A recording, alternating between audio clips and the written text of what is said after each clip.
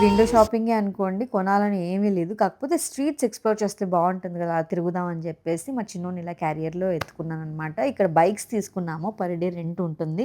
So, family అందరం ఇలా ఒక బైక్‌లో కూర్చొని వెళ్తున్నామనమాట. గోవాలో ఇలా బైక్స్ తీసుకోవడం మస్ట్ అనమాట. బైక్స్ లేకుండా అస్సలు తిరగలేము. ఇంక ఫ్యామిలీ అంతా కూడా ఇలా బైక్‌లో కూర్చొని అలా ఎళ్తున్నాము. Cool breeze. సో, అలా స్ట్రీట్స్‌లో వెళ్తే నిజంగా అనిపించింది. ఇక్కడైతే అలా ఎళ్ళలేం కదా! సో, అక్కడైతే మంచిగా తిరుగుతున్నాము.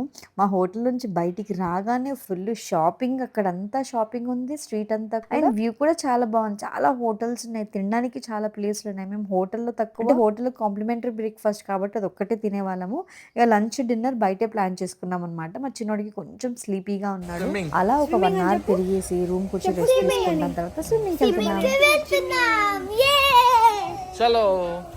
ఇద్దరి పిల్లలకి వాటర్‌లో ఆడుకోవడం అంటే చాలా ఇష్టం. స్విమ్మింగ్ చాలా ఫేవరెట్ అనమాట. పెద్దోడికి కాస్త స్విమ్మింగ్ వచ్చు కాబట్టి పర్లేదు. వాడు ట్యూబ్ ఏసుకోకుండా అస్సలు దూకడు కాబట్టి వాడి గురించి టెన్షన్ లేదు. చిన్నోడిదే.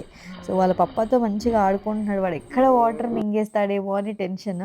కాకపోతే పిల్లలతో టైమ్ స్పెండ్ చేయడం నాకు కూడా చాలా ఇష్టం. నేను స్విమ్మింగ్ చేయాలనుకుంటాను. కాకపోతే మనకి స్విమ్మింగ్ చేసే అంత టైం దొరకదు. పిల్లల్ని చూసుకోవడమే సరిపోతుంది. సో, అట్లా బయట వెకేషన్‌కెళ్ళి మీరు హ్యాపీగా ఎంజాయ్ చేస్తారు కదా అని అంటాం. కానీ మేము ఎంజాయ్ చేయం. పిల్లల్ని ఎంజాయ్ చేసేలాగా, వాళ్ళని ఎంగేజ్ చేసేలాగా చూసుకుంటాం అనమాట.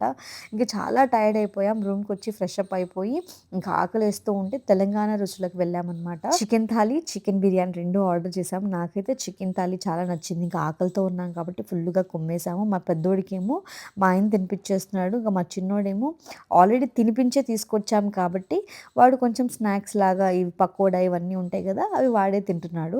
ఇంకా మా పెద్దోడికి తినిపించాల్సిందే. ఇంట్లో అయితే వాడు తింటాడు కానీ బయటికి వచ్చినప్పుడు అస్సలు తినడు. ఇంకా రూమ్‌కి వెళ్ళిన తర్వాత ఇంకా నైట్ డ్రెస్సులు చేంజ్ చేసుకొని అల్లరి చూడండి. ఇంకా అలా ఆడుకొని